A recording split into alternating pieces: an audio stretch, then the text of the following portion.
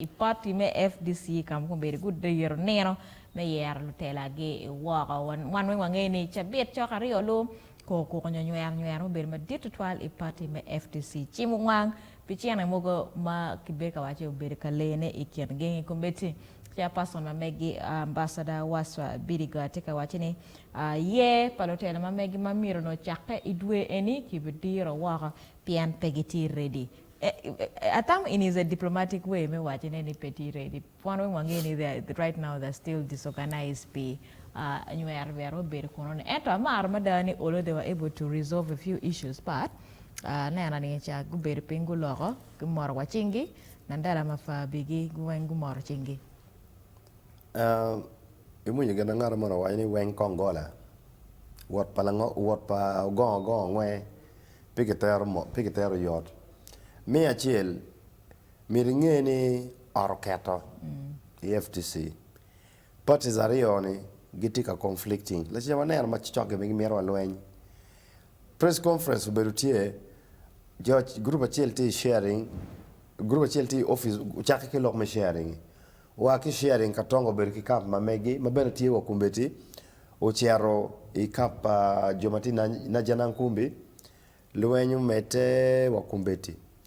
Kiti waje kweni gulo lep mi diplomacy ni gipe kikero mi holding elections.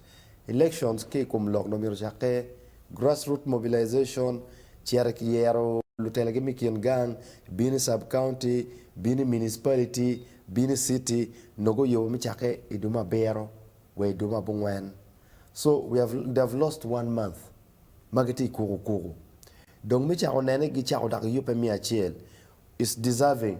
Ni duachel mo arwenye waram recovering kining eni bane be ento gin mamiro kongo tem go nene ku mati camp sarioni piem wengi tiki followers wengi tie gina tika kato gi wangeyo loka chene kadong loka chene pick resolving go botimo kining gina bene romo miata kumbeni ni matek mi cher ka neno grassroots mobilization tie ni mirgu nong chene go chere kingan gino wek neno FDC futwa kwaje ni tipati matek martika yelo gamente kumbeni nyo gamente matie ikom because they have grassroots structures. Piti chalo party mo kena ni ma mwini gitie atwa narachel ma support. But we are when kubera manana tie party wang ato me FTC eni kadong u delay ket me bolo kuigi me yer Lutela gi romo kelo foundation or disorganization ken Lutela ma pekiti margi kumbeti they are going to be forced me ngo itela nye kom. Generaj ki the current political wave yeni Lutela ma pekiti kamaro gini Gena weng because of the influence of Chiane go waro ke crowd mamegi. Ineno joma chwako besije lukwago ki camp me go chiaro ki besije.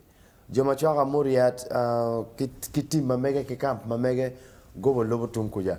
Now kumbelong ni joma tika chungpia da ni party must stand on the principles of democracy. Ramo bedo nak.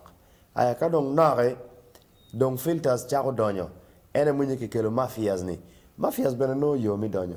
Piem gen bene gichero kaneno gi creating propaganda party. Weka da local president Museveni bino bi pore ni political parties will not be there by 2026. Confirmation any chake en ki nyer kuma eni. Donc FDC mirgu tuetol wagi matek nene word gimini ye mikelo democracy Uganda pedak go woro ke la bika e adnyom. Kakumano ko it is going to be hard because I'm seeing the likelihood ne giramucho nyogiramoto